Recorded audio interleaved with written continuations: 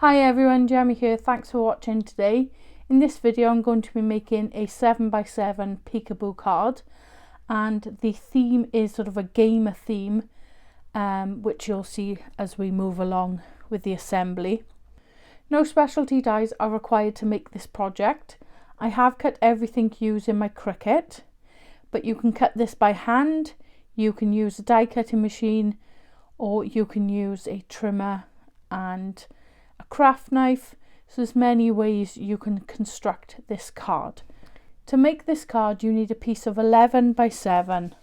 Along the 11-inch side, score at 4 inches. You'll need another piece of white cardstock that measures 11x7 again, and you want to score at 5.5.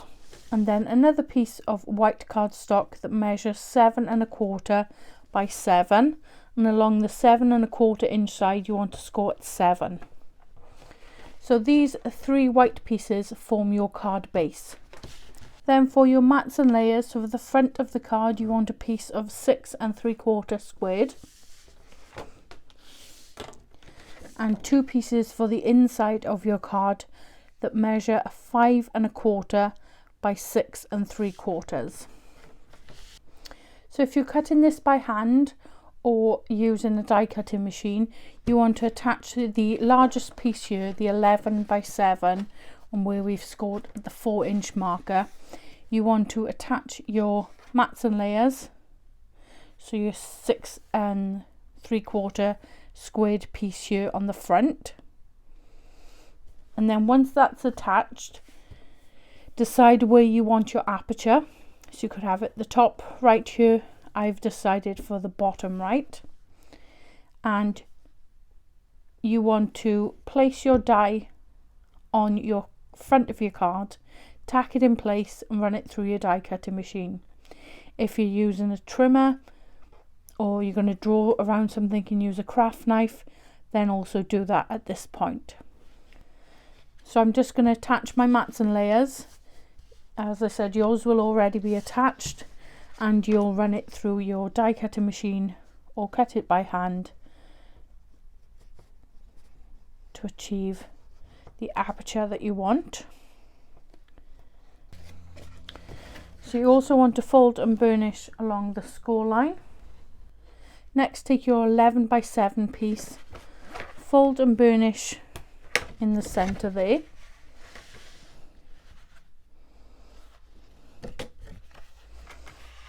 And if you're adding mats and layers on the inside, you want to do that now, especially if you're using a trimmer or your die cutting machine.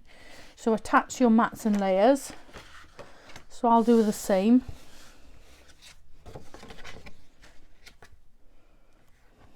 So you want to do it on the inside section.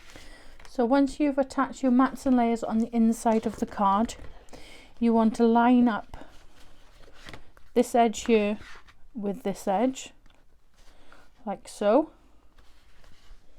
And if you're using a trimmer or a craft knife or your die cutting machine, you want to place your die in the same position now,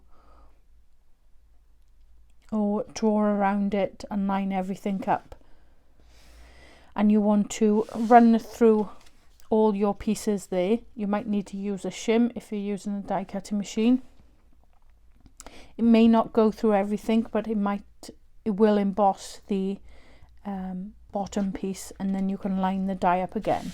So run that through so you've got the aperture cut in through both pieces of the card.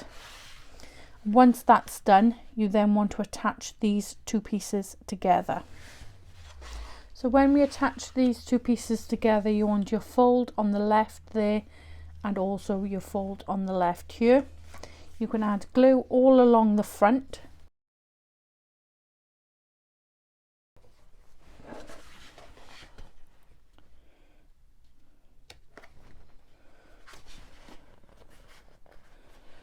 So make sure your edges marry up and that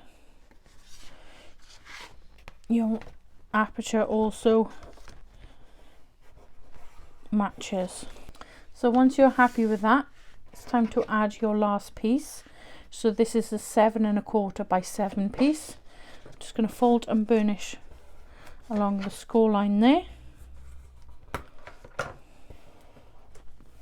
I'm going to use quick grab glue on this occasion for this 1/4 inch tab.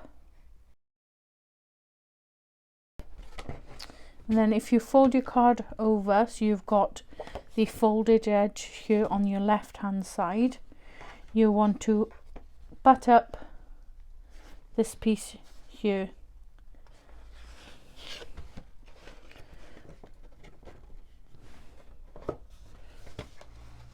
On your right hand side. So I'm just concentrating on getting that in place. So you've got this sort of effect. Now you've got this Z shape and then this extra piece here. So when you open the card, it'll flip like so. Mine is catching a little bit, so I'm just going to open that up and take a little bit off this edge, just so that it can go flush. So I'm going to start with about an eighth of an inch first.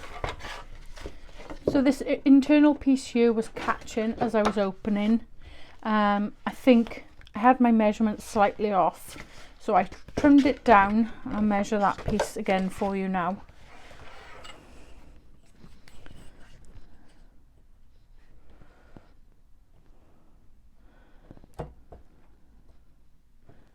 So I've taken a 1/4 inch off, so 10 3/4 by 7, and along the 10 3/4 side you want to score at 3 3/4. So it moves open and close like so. So there's the basics of the card base complete, and I'm going to attach all my decorations now.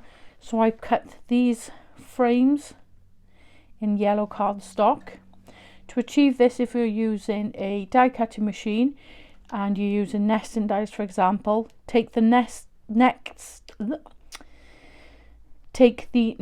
nesting die up in size and tack them together and run them through your die cutting machine, and you'll get a frame then that is exactly the same size as your aperture, plus a little bit then for your frame.